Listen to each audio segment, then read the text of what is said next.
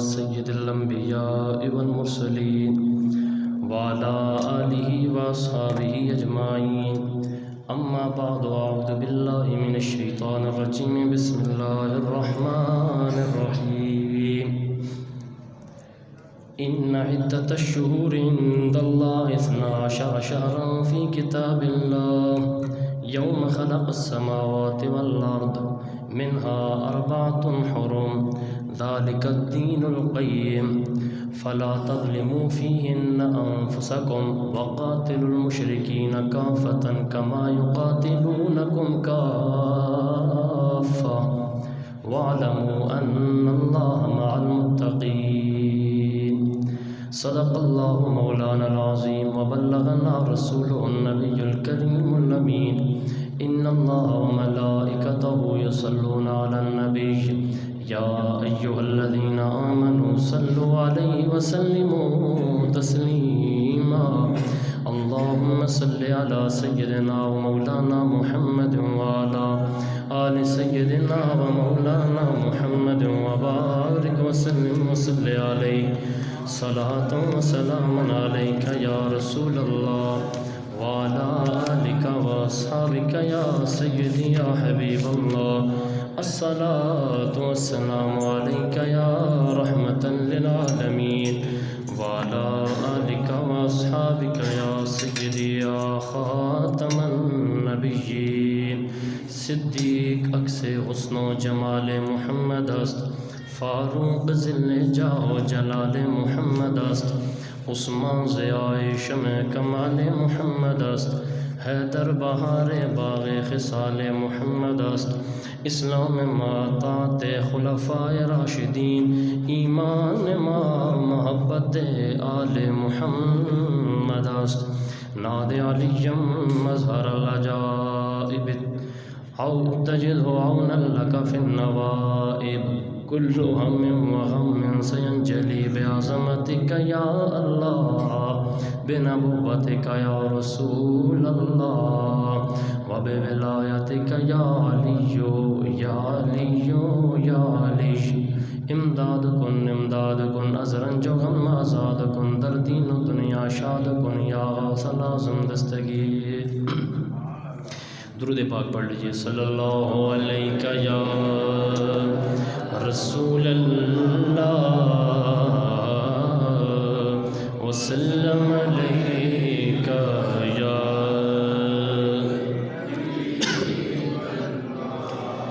چراغ چشت شاہ اولیاء غریب نواز چراغ چشت شاہ اولیاء غریب نواز میرے حضور میرے پیشوا غریب نواز میرے حضور میرے پیشوا غریب نواز چراغ چشت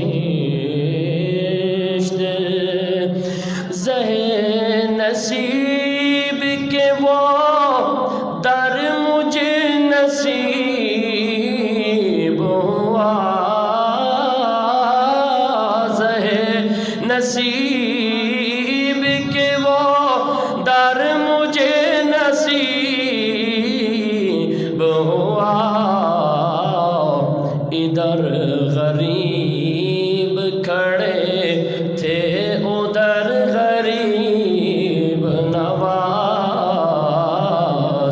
ادھر غریب کھڑے تھے ادھر غریب نواز میرے حضور میرے پیشوا غریب نواز چراغ چشت شاہ غریب جان کے ہر ایک نے مجھ کو ڈالا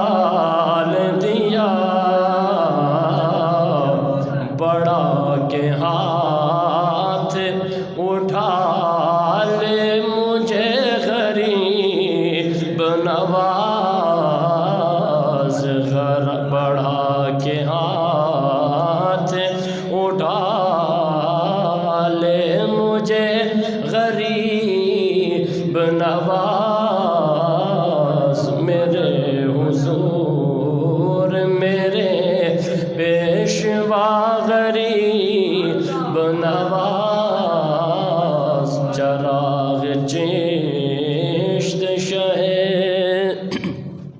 اور خدا کے واسطے سن لیجئے غریبوں کی، خدا کے واسطے سن لیجئے غریبوں کی،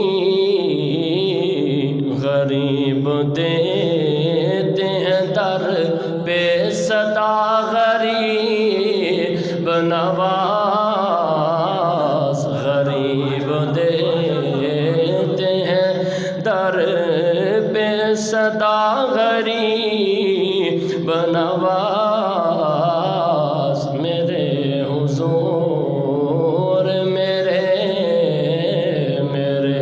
حضور میرے پیشوا غریب نواز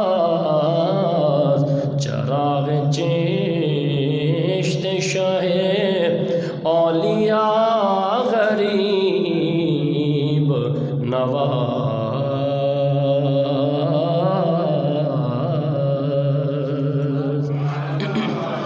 درود پاک پڑھ لیجیے، الصلاۃ والسلام۔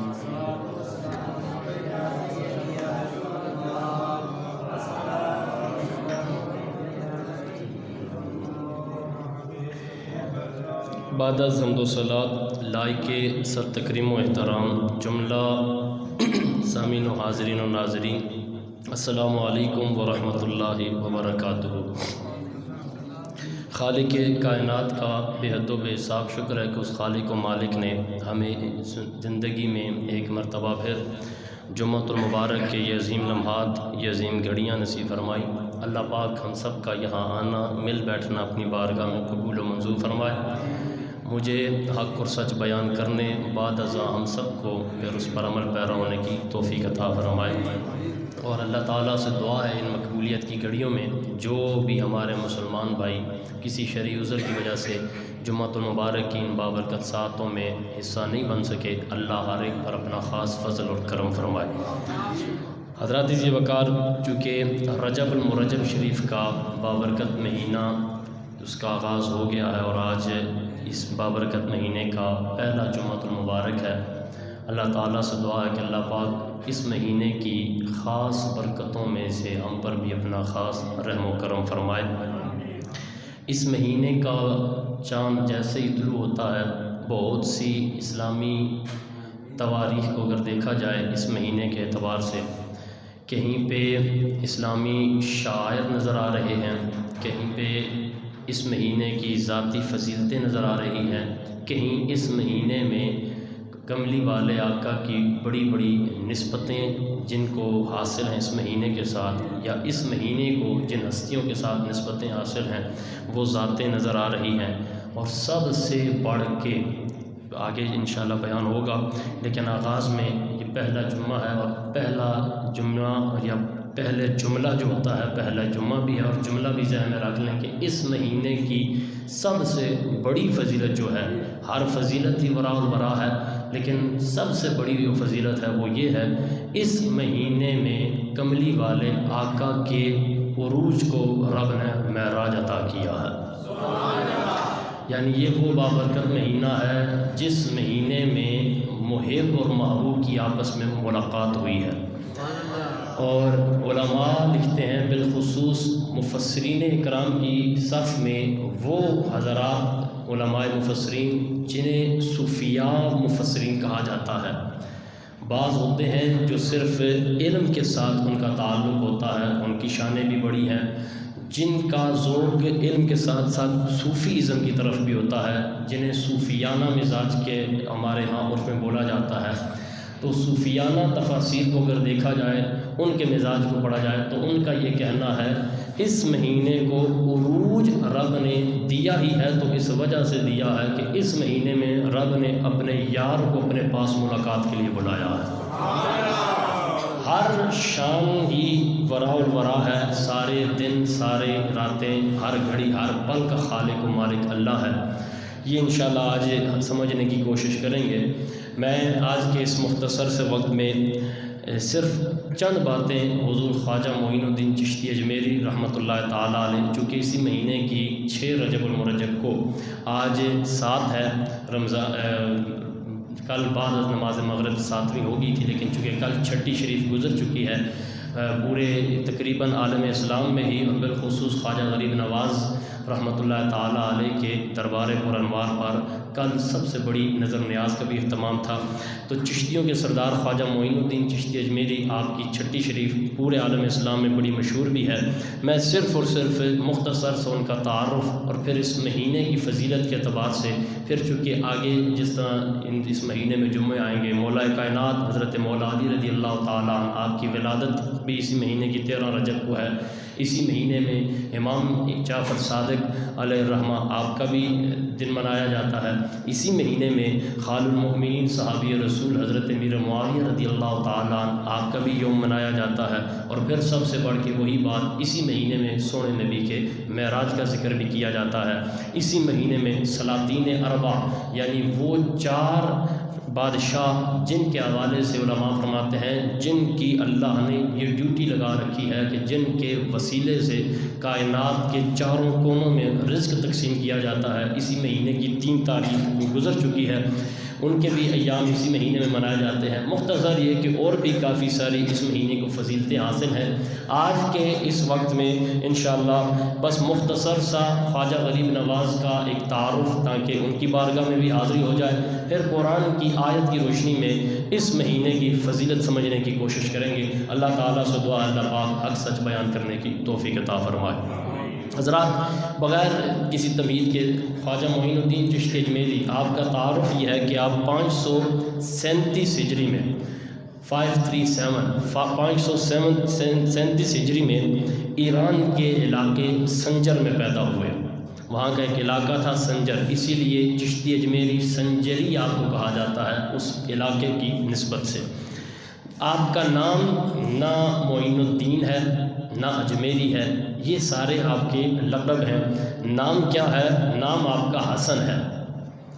خواجہ معین الدین چشتی اجمیری کا جو صحیح نام ہے وہ ہے حسن، اور آپ کو نسب کے اعتبار سے اللہ نے یہ شان عطا کر رکھی تھی، آپ کو نجیب الطرفین کہا جاتا ہے۔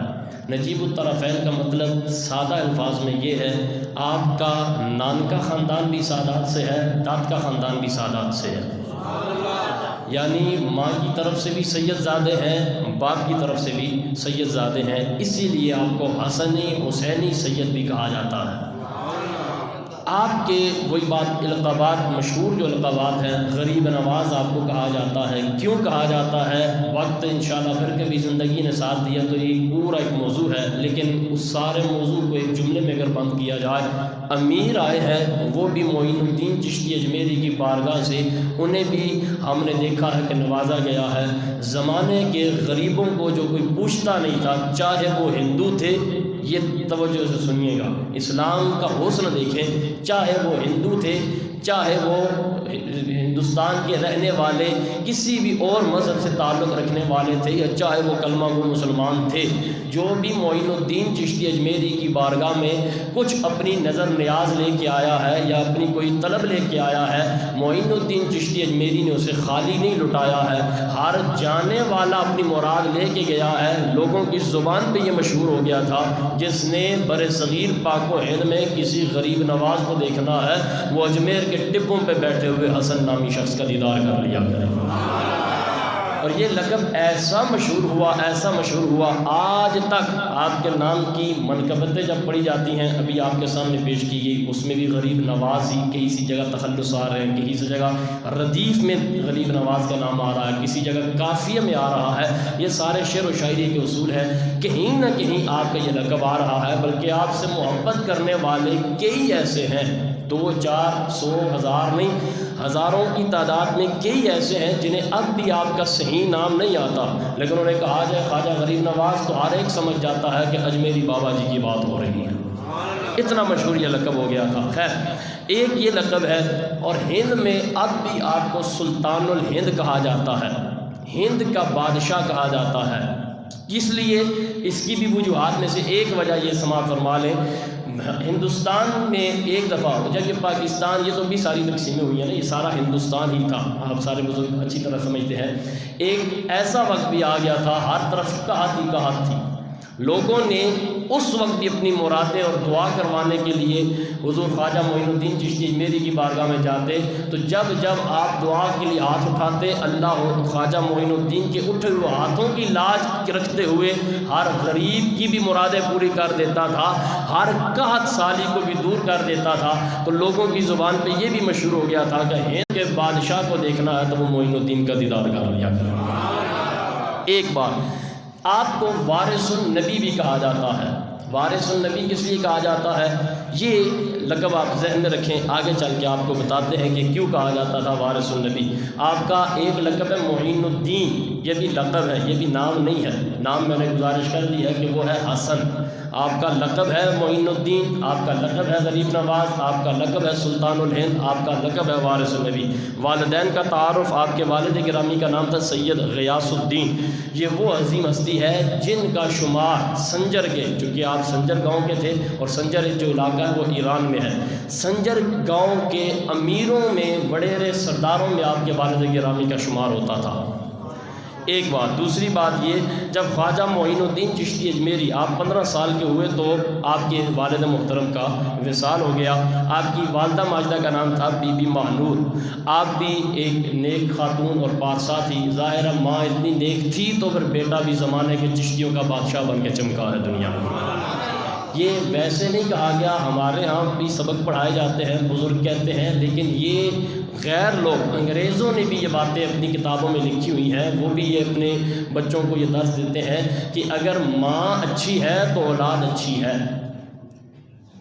جن کے ہاں مادر پتر ذات جو مادر پتر ذات ہی آزاد ہوتے ہیں، جو سارے ہر اعتبار سے کسی کے یہاں شرم و حیا نہیں ہوتی، وہ بھی جب اپنوں کو درس دیتے ہیں، بتاتے ہیں، کوئی لیکچر دیتے ہیں، وہ بھی یہ کہتے ہیں ماں اگر آپ کی اچھی ہے تو آپ کی اولاد بھی اچھی ہے۔ یہ انہوں نے کنسیپٹ کہاں سے لیا ہے؟ یہ مسلمانوں سے لیا ہے۔ وہ ایک الگ بات ہے، آپ مسلمانوں کی ماؤں کا جو حال ہے ہم سب کے سامنے ہے، تو مائیں نیک تھیں تو بیٹے کہیں پہ حسین جیسے نظر آئے ہیں، کہیں پہ خواجہ معین الدین جیسے نظر آ رہے ہیں۔ یہ بات، اب آئیے اس کی طرف جو آپ کا لقب ہے معین الدین۔ معین الدین آپ اپنے مرشد کریم کی بارگاہ میں گئے، جب وہاں سے آپ کو فیض ملا، اور یہ بھی یاد رہے ایک فیض آپ کو 12 سال تک، 2 4 5 دنوں کی بات نہیں ہو رہی، 5 مہینوں کی بات نہیں، 5 ہفتوں کی نہیں، 12 سال تک داتا دربار جو لاہور میں ہے، یہاں آپ نے 12 سال تک ایک ہی جگہ بیٹھے رہے، وہاں سے آپ نے حضور داتا علی اجمیری سے فیض پایا ہے۔ اس کے بعد جب آپ کو ولایت کا مرتبہ ملا، پھر مرشد کریم کی اجازت سے آپ مدینے کے سفر پہ روانہ ہوئے۔ راستے میں وہ جدھر جدھر جاتے، قیام کرتے، وہاں آپ کی شہرت ہو جاتی، ہر جگہ پھر آپ کو بار بار جگہ تبدیل کرنی پڑتی۔ جب مدینے پہنچے تو سرکار کے روضے کے قریب جا کے وہاں آپ مقیم ہو گئے۔ ایک روز سید المرسلین صلی اللہ علیہ وآلہ وسلم، امام الانبیاء صلی اللہ علیہ وسلم کی طرف سے یہ بشارت ملی آپ کو، اے معین الدین، تو ہمارے دین کا معین ہے۔ چونکہ آپ ہند میں کیسے گئے؟ لیکن علاقہ ایران ہے، ایران کے گاؤں سنجر میں پیدا ہوئے، اس کے بعد کئی عرصے وہیں پہ بنیادی تعلیم کا آغاز بھی وہیں پہ کیا، پھر روحانیت کی طرف جب آئے تو حضور داتا علیہ رحمہ کی بارگاہ میں 12 سال کے بعد جب یہاں سے مدینہ شریف کا سفر کیا تو پھر وہاں پہ جا کے جب آپ نے قیام کیا، کافی عرصہ قیام کے بعد سرکار کی طرف سے آپ کو یہ اشارہ ملا اور بشارت ملی، اے معین الدین، حضور کی زبان سے نکلا یہ کیا مطلب؟ اے دین کے مددگار، کہ تیری وجہ سے اب دین پھیلتا جائے گا۔ کیسے؟ کہا تجھے ہند کی ولایت عطا ہوئی ہے۔ کیا مطلب؟ آپ کو داتا گنج بخش علیہ رحمہ سے آپ کو جو ولایت دی گئی تھی، کیونکہ یہ ایک الگ ایک چیپٹر ہے ولایت کا بھی، جس طرح ہمارے ہاں دنیا کی تعلیم ہے، پھر دنیاوی تعلیم میں پھر دینی تعلیم میں پھر ولایت الگ ایک چیپٹر ہے۔ تو آپ کو ہند کی جب ولایت عطا کی، فرمایا جا اجمیر میں، اب تیرے وجود کی وجہ سے میں محمد تجھے یہ بشارت دے رہا ہوں، اجمیر میں تیرے وجود کی وجہ سے بے دینی دور ہوگی، محمد کا دین پروان چڑھتا نظر آئے گا۔ یہ حضور کی زبان سے نکلنا تھا معین الدین، اب بھی ہم نے دیکھا نہیں ہے، لیکن جو ہے چونکہ ہمارے ساتھ انڈیا کے بہت سے دوست احباب پڑھتے رہے ہیں جنہوں نے ہمیں بتایا ہے، اور اب بھی چونکہ سوشل میڈیا کا دور ہے کہ وہاں دربار شریف میں جہاں آپ کا تعارف ہے وہاں تو آپ کا نام والدین کا سب کچھ لکھا ہے، لیکن جگہ جگہ یا غریب نواز لکھا ہے یا معین الدین لکھا نظر آ رہا۔ کیا مطلب؟ غریب نواز لوگوں کی زبانوں پہ مشہور ہو گیا تھا، معین الدین سونے نبی کی بارگاہ سے عطا کیا گیا لقب۔ چراغ چشت شہ اولیاء غریب نواز، چراغ چشت شہ اولیاء غریب نواز، میرے حضور میرے پیشوا غریب نواز، میرے حضور میرے پیشوا غریب، سارے پڑھیے، میرے حضور میرے پیشوا۔ بس یہ مختصر سی حاضری آپ کے نام اور القابات کے حوالے سے ہی پیش کرنی تھی۔ انشاءاللہ پھر کبھی موقع ملا تو آپ کی سیرت اور آپ کی کرامتوں کے حوالے سے بھی بیان کریں گے، چونکہ جمعے کے اندر وقت بھی اتنا نہیں ہوتا اور پھر مہینے میں 4 سے 5 ہی جمعے آتے ہیں چاند کے اعتبار سے، تو پھر کوشش کی جاتی ہے کہ ساری نسبتوں کو ساتھ لے کے چلا جائے۔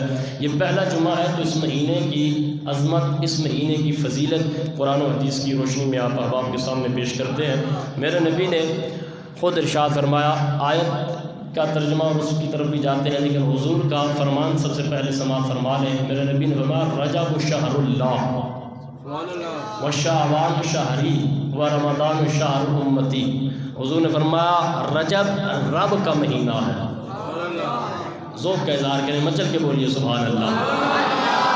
رجب یعنی یہ جس مہینے میں میں اور آپ سانسیں لے رہے ہیں، دیکھیں سارے دن ساری راتیں ہی رب کی ہیں، ہر چیز ہمیں رب کی طرف سے ہی آئی ہے، لیکن کملی والے آقا نے خاص نسبت کس طرف ظاہر کی ان دنوں کی، فرمایا رجب رب کا مہینہ ہے، شعبان میرا مہینہ ہے، اور رمضان میری اس گناہگار امت کو رب نے مہینہ عطا کیا۔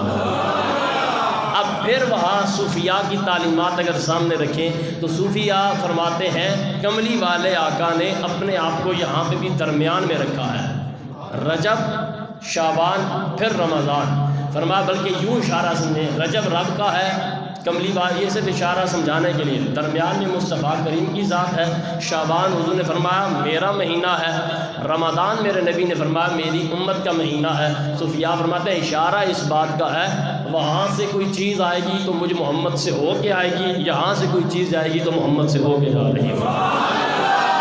بغیر وسیلے کو تو بھائی جان کائنات چل ہی نہیں رہی، رب نے جو دیا ہے مصطفیٰ کی ذات کا صدقہ عطا کیا۔ ایک بات، اب آئیے اس آیت کی طرف، بلکہ اس سے پہلے بھی اس مہینے رجب کو رجب کہتے کیوں ہیں، یہ بھی ایک وجہ ذہن میں سوال فرما لیں آپ، کہ حضرت انس بن مالک فرماتے ہیں مصطفیٰ کریم کی بارگاہ میں ایک مرتبہ عرض کیا گیا لما سمی رجب، آقا جی رجب کا نام رجب کیوں رکھا گیا؟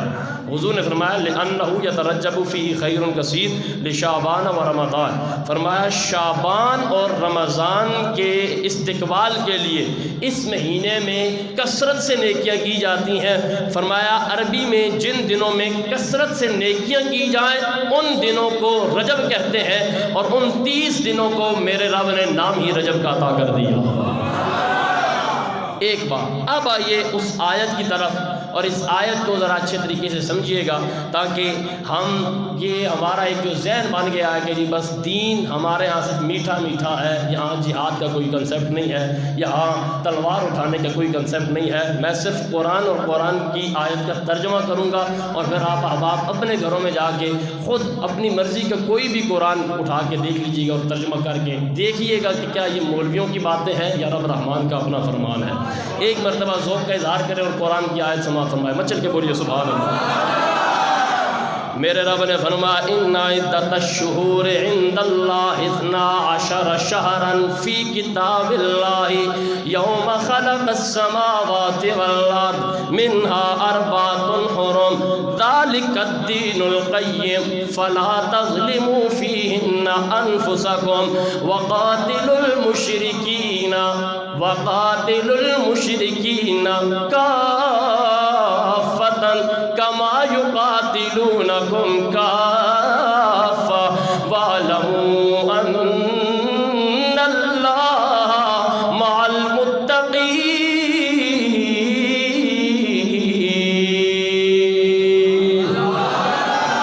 سورہ توبہ پارہ نمبر 10 آیت نمبر 36۔ ایک ایک حوالہ اس لیے لے کے آیا ہوں تاکہ کسی کو دقت ہو ہی نہ کہ کہاں پہ یار یہ بات ڈھونڈی جائے۔ سورہ توبہ ہے 10واں سپارہ ہے، آیت کا نمبر 36 ہے۔ میرے رب نے فرمایا ان عدت الشہور عند اللہ 12 شہرا۔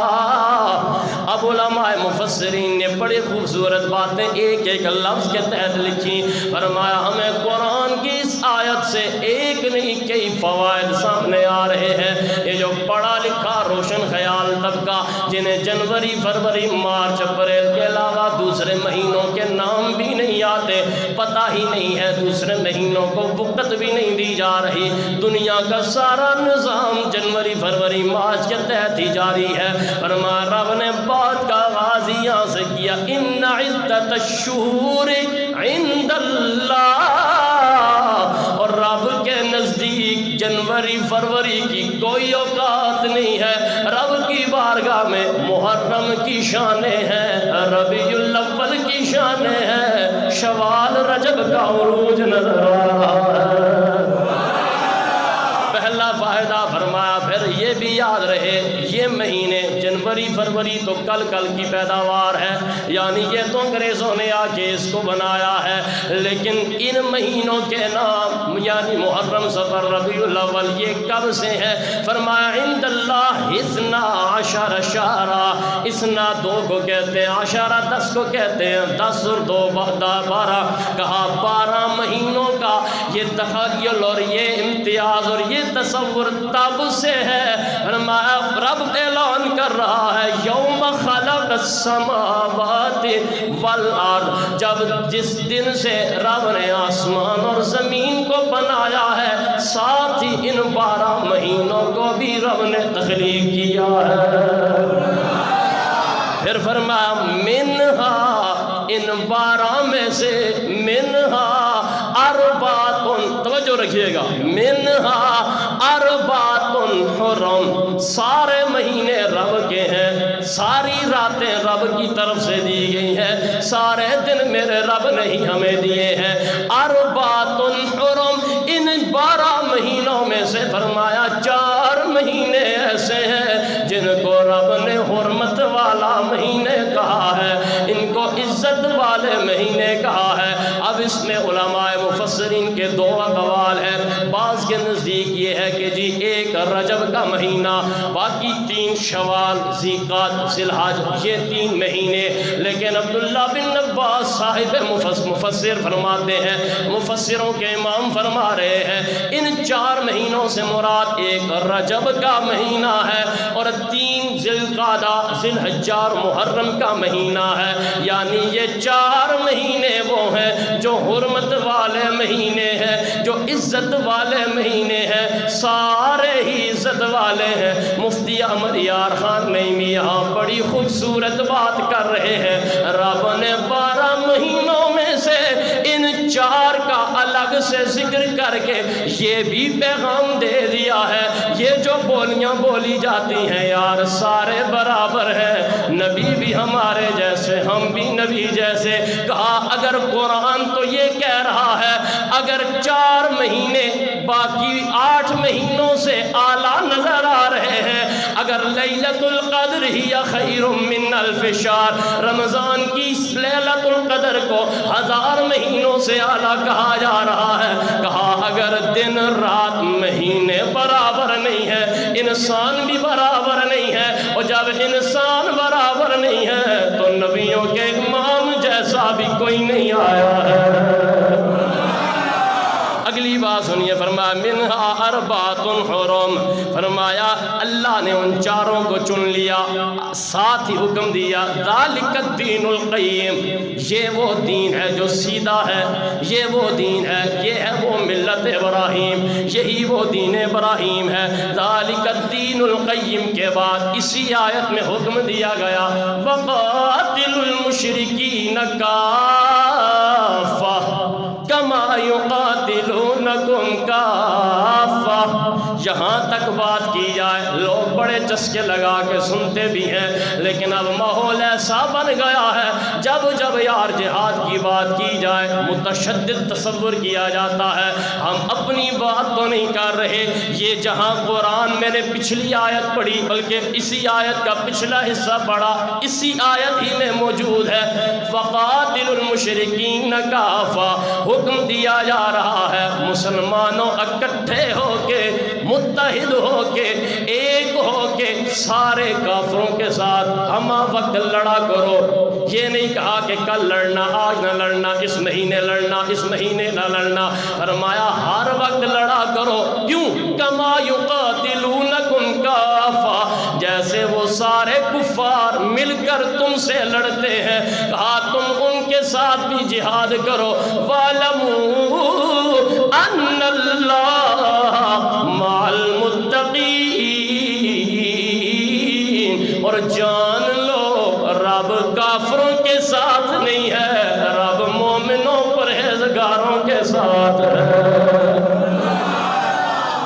جس قرآن نے ان مہینوں کی عزتیں بتائی ہیں، عظمتیں بتائی ہیں، حرمتیں بتائی ہیں، اسی قرآن نے یہ بتایا ہے کہ یہ مہینے وہ ہیں جن میں لڑا جائے، ہر وقت تم لڑو۔ صرف ان 4 مہینوں کا ہی نہیں کہا۔ اب وجہ کیا ہے یہاں پہ اس چیز کا خاص ذکر کیوں کیا گیا، یہ بھی ایک چیز ہے میں رکھیں، کیونکہ آغاز میں ان 4 مہینوں میں جہاد نہیں ہوتا تھا، حرمت والے مہینے کہا جاتا تھا، لیکن اسی آیت کے یہ لفظ بتا رہے ہیں اب وہ حکم منسوخ ہو گیا ہے۔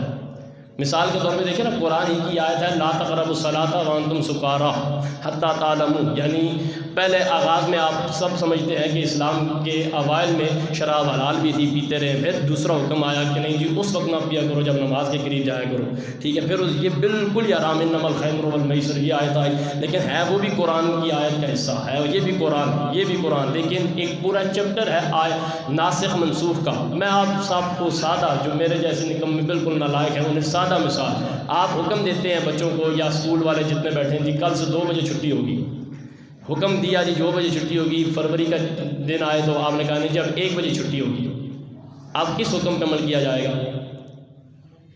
اتنا مشکل تو نہیں ہے نا جی، آپ نے حکم دیا تھا جی 2 بجے چھٹی ہونی ہے ماسٹر صاحب نے، اب حکم مہینے کے بعد آیا جی 1 بجے چھٹی ہونی ہے، یہ تو پھر ان بچوں سے پوچھیں نا جو بیچارے 1 سے بھی 5 منٹ پہلے باہر نکل کے نظر آ رہے ہوں گے، کیا مطلب؟ اب چونکہ 2 والا حکم آیا اسی استاد کی زبان سے ہے، لیکن اب وہ منسوخ ہو گیا، اب کس پہ عمل ہوگا؟ 1 والے میں۔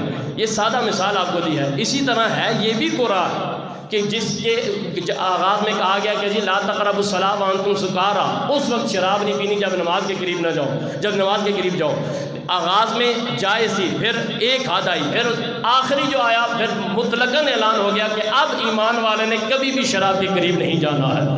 اب وہ بھی ہے قرآن کی آیت کا حصہ، ہے قرآن کا حصہ، لیکن عمل اس پہ اب نہیں ہونا۔ یہ ایک سادہ مثال دی ہے آپ کو، اس طرح اور بھی قرآن میں بے شمار آیتیں ہیں۔ اسی طرح یہ جو میں نے آیت پڑھی ہے آغاز میں، بلکہ اسلام میں یہ تھا کہ ان 4 مہینوں میں جہاد نہ ہو، لیکن پھر اس آیت کے ذریعے وہ حکم منسوخ کر دیا گیا، کہا اب رجب ہے تب بھی مشرکین کے ساتھ لڑنا ہے، رمضان ہے تب بھی لڑنا ہے۔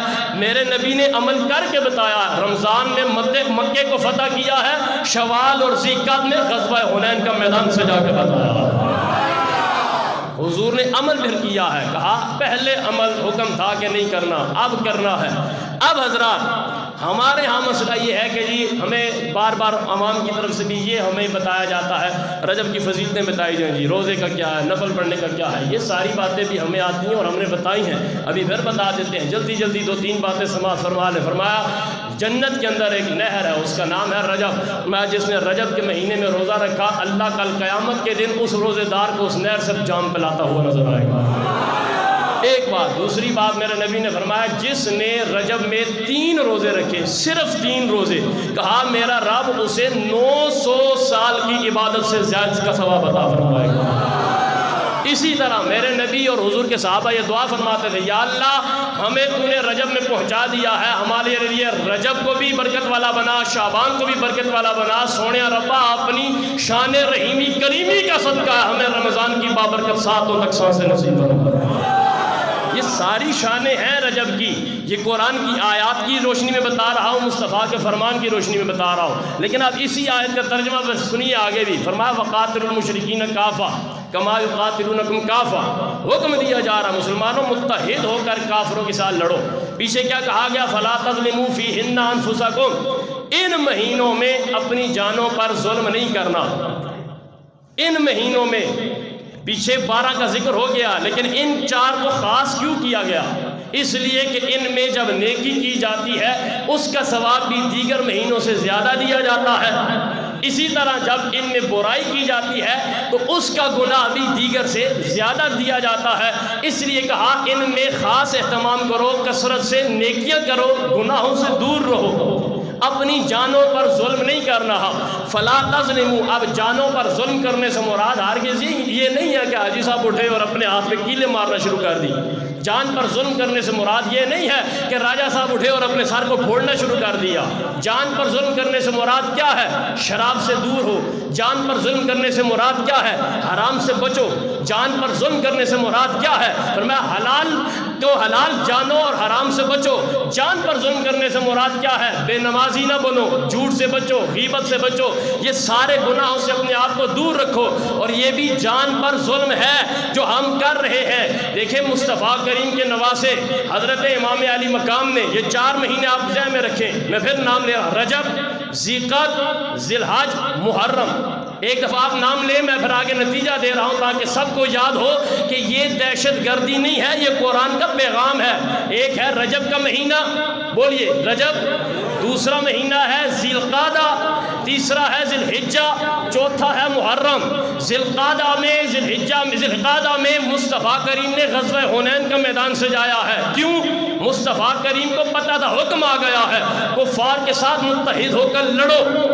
میرے نبی نے پھر سارے مسلمانوں کو اتحاد میں لیا اور پھر حنین کا میدان سجایا۔ پھر حکم آ گیا ہے نواسہ رسول نے محرم کے مہینے میں کربلا کا میدان سجایا ہے۔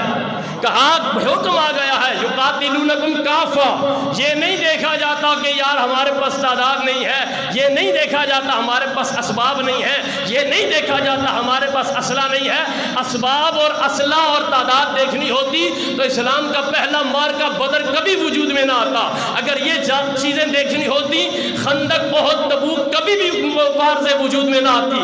اگر یہ چیزیں دیکھنی ہوتی ان سے کئی سالوں بعد بدر کا میدان سجا ہے، وہاں تو یار تعداد بھی نہیں، وہاں تو اسباب بھی نہیں، وہاں تو اسلحہ بھی نہیں، لیکن پیر حسین نے کربلا کا میدان سجا کے بتایا ہے رب کا حکم یہ نہیں ہے کہ لاکھوں میں ہو تو تب ایک ہو، ہزاروں میں ہو تو تب ایک ہو۔ کہا 10 ہو تب، 100 ہو تب، 1000 ہو تب، اور 72 ہو تب۔ کفر کے خلاف، یزیدیت کے خلاف آواز بلند کرنا تمہارا کام ہے۔ رب وعدہ کر رہا ہے ان اللہ مع المتقین، میں رب ہو کے کہہ رہا ہوں مومنوں میں تم سب کے ساتھ نظر آ رہا ہوں۔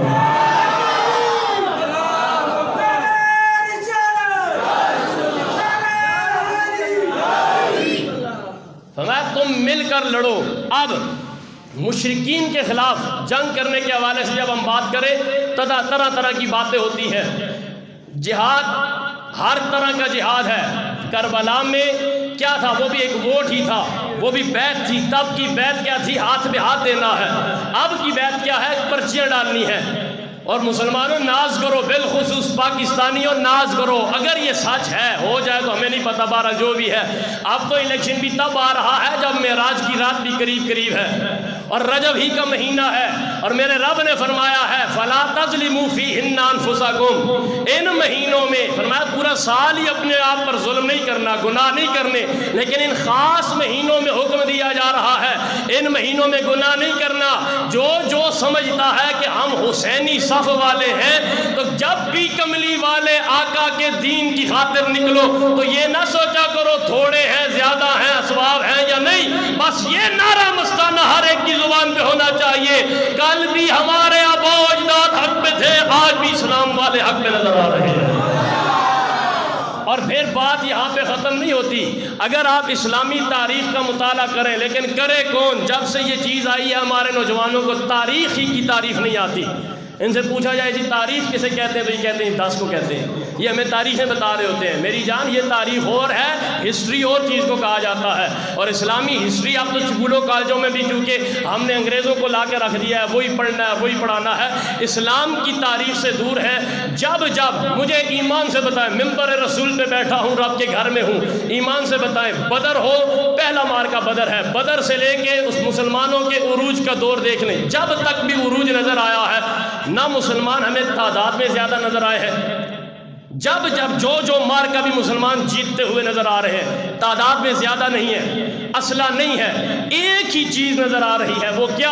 اتحاد ہے، اتفاق ہے، آپس میں محبت ہے۔ جب ان کے آپس میں اتفاق اتحاد تھے، مسلمان عروج کی طرف بڑھتے ہوئے نظر آ رہے ہیں، مسلمان ارتقاء کی طرف جا رہے ہیں۔ اور یہی قرآن نے کہا، فرمایا وقاتل المشرکون کافہ، فرمایا مل کے متحد ہو کے ان کے خلاف لڑو۔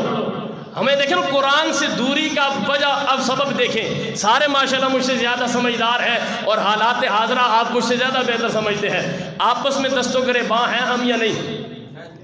ہاں، جن کو اللہ نے سمجھتے ہیں کہ نہیں جی بالکل ایسا نہیں ہے تو وہ چپ کا روزہ رکھیں۔ کیا گھروں میں فساد ہے یا نہیں؟ محلوں میں فساد ہے یا نہیں؟ آپ مارکیٹوں میں آ جائیں، فساد ہے یا نہیں؟ یہاں سے چلے جائیں، اسمبلیوں میں چلے جائیں، فساد ہے یا نہیں؟ جتنا کوئی بڑا ہے اتنا بڑا فسادی نظر آ رہا ہے یا نہیں؟ آپس میں ہم دست و گریباں ہیں۔ اب یہی 4 5 20 بندے یا 2 10 بندوں کا گروہ آپس میں لڑ رہا ہو، انہی میں سے 2 4 اگر یہ بات کرنا شروع کر دیں جہاد کے حوالے سے، کفار کے ساتھ لڑنے کے حوالے سے، اوہ یار یہ دہشت گردی والی باتیں نہ کیا کرو۔ اور اللہ کے بندوں، قرآن نے کہا ہے آپس میں متحد ہو، کفار کے ساتھ جہاد کرو۔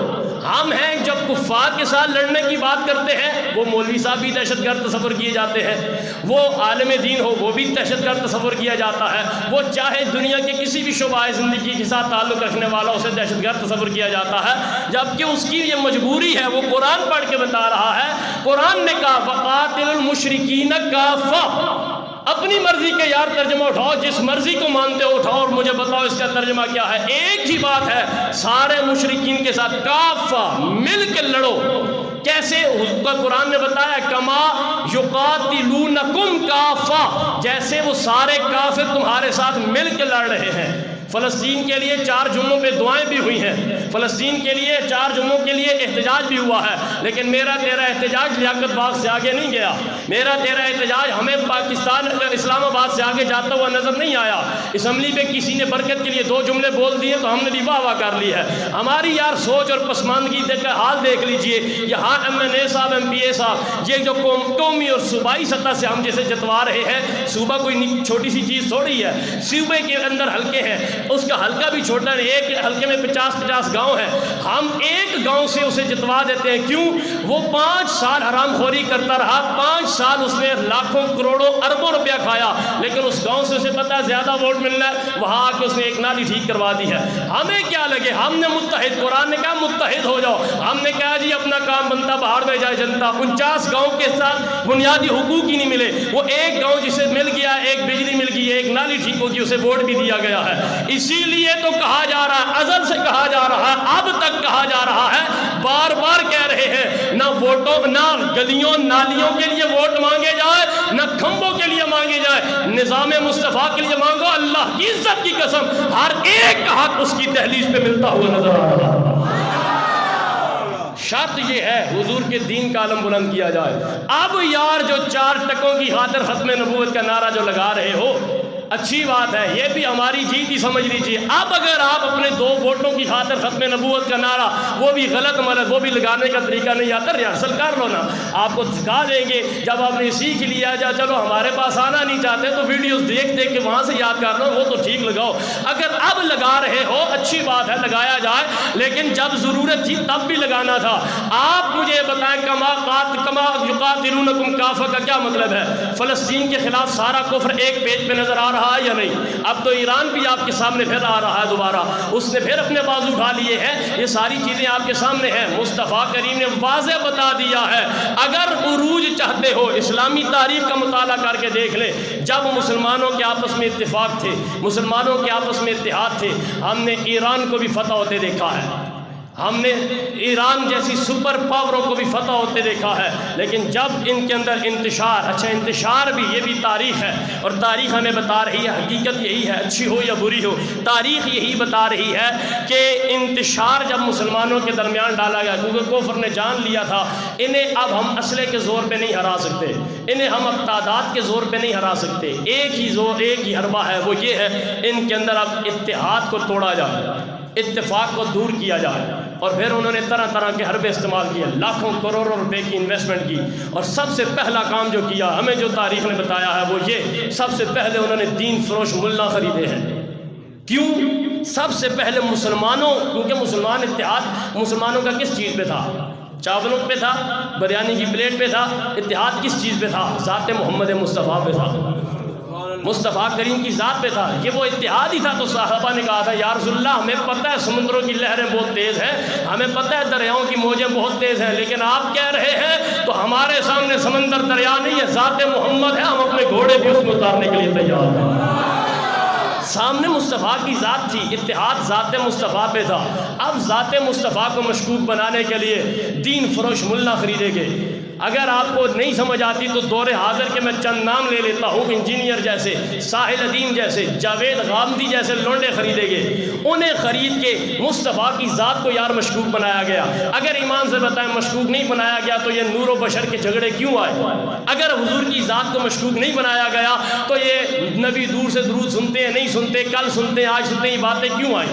اگر مصطفیٰ کریم کی ذات کو مشکوک نہیں بنایا گیا تو نبی کے بعد نیا نبی آنے کی باتیں کیوں ہوئی؟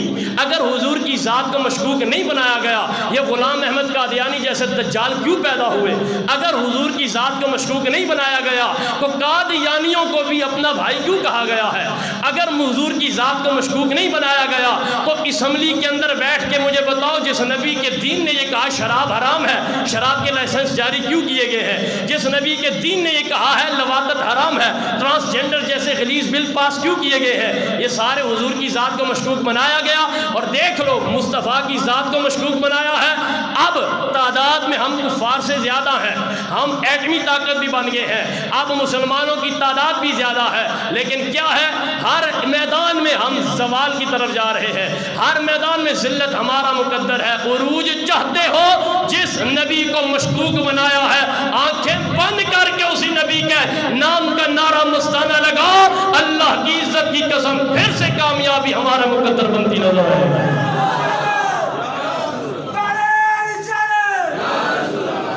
جب مسلمانوں کا عروج تھا تو ایران جیسی سپر پاوروں پہ غلہ تھا، اور جب زوال آیا ہے ترکس بھی ہم سے گیا ہے، ترکستان بھی ہم سے گیا، اندلس بھی ہم سے گیا، کرتبہ بھی ہم سے گیا، بغداد میں کیا کچھ ہوا اور کیا کچھ ہو رہا آپ کے سامنے ہے، ترکی بھی گیا تھا، جانے والا ہے۔ ہاں جی گراؤنڈ ریئلٹی آپ بھی دیکھ لیں، ہم بھی دیکھ رہے ہیں، گیا تھا، یہ سب کو پتہ ہے، جانے والا ہے۔ یہ تو پاکستان ہم خوش ہو رہے ہیں جی یہ کر دیں گے وہ کر دیں گے، وہ مائیں چلی گئی ہیں بھائی جان 1965 والی۔ اب آپ دیکھ لیں، اب تو آپ کے پاس مائیں بھی ٹک ٹاکر آ گئی ہیں ساری، اب وہ مائیں بھی نہیں رہیں۔ یہ آپ شکر کرو کہ داتا علی اجویری اور میر علی جیسے بزرگ بیٹھے ہیں یہاں پہ، یہ شکر کرو اللہ نے اولیاء کا وجود دے رکھا ہے۔ اللہ کی عزت کی قسم بچے ہو، ایک اس نعرے پہ بچے ہو کہ دستور ریاست کیا ہوگا، محمد الرسول اللہ۔ اگر اس عام دیکھیں جہاد کے بھی طریقے ہیں نا، تلوار اٹھائیں، زبان بلند کریں، ہاتھ اٹھائیں۔ اب آپ کے پاس وقت ہے، اگر تو 8 فروری ہی کو ہو رہے ہیں، میں نہیں کہتا فلاں پارٹی کو دیں، میں نہیں کہتا ایسے دیں، لیکن دینے سے پہلے آپ ووٹ یہ دیکھ لیجئے گا کہ ختم نبوت کے غداروں کو تو نہیں دیا جا رہا۔ معیار یار یہی نہ رکھو نا کہ ہمارا کھمبا اس نے لگایا ہے، معیار یہی نہ رکھا جائے کہ ہمیں چاولوں کی پلیٹیں ملی ہیں یا ہماری گلیاں پکی ہوئی ہیں. یہ ساری چیزیں دیکھیں نا، آپ کو ملی ہیں پھر باقیوں کو کیوں نہیں ملی؟ اگر ایسا ہے تو پھر سارے خوشحال کیوں نہیں ہیں؟ وہی بات، ہم متحد نہیں ہیں.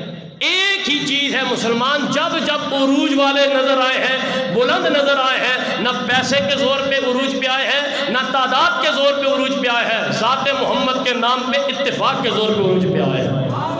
اب بھی ہم یہ کہہ رہے ہیں، اللہ کی عزت کی قسم، کوئی بناوٹی باتیں نہیں، ممبر رسول پہ بیٹھ کے کہہ رہے ہیں نہ دو یار ملاؤں کو ووٹ، کیونکہ آپ لوگوں نے انہیں حقیر بنا دیے، نہ دو، لیکن نظام مصطفیٰ کے لیے تو دے سکتے ہو.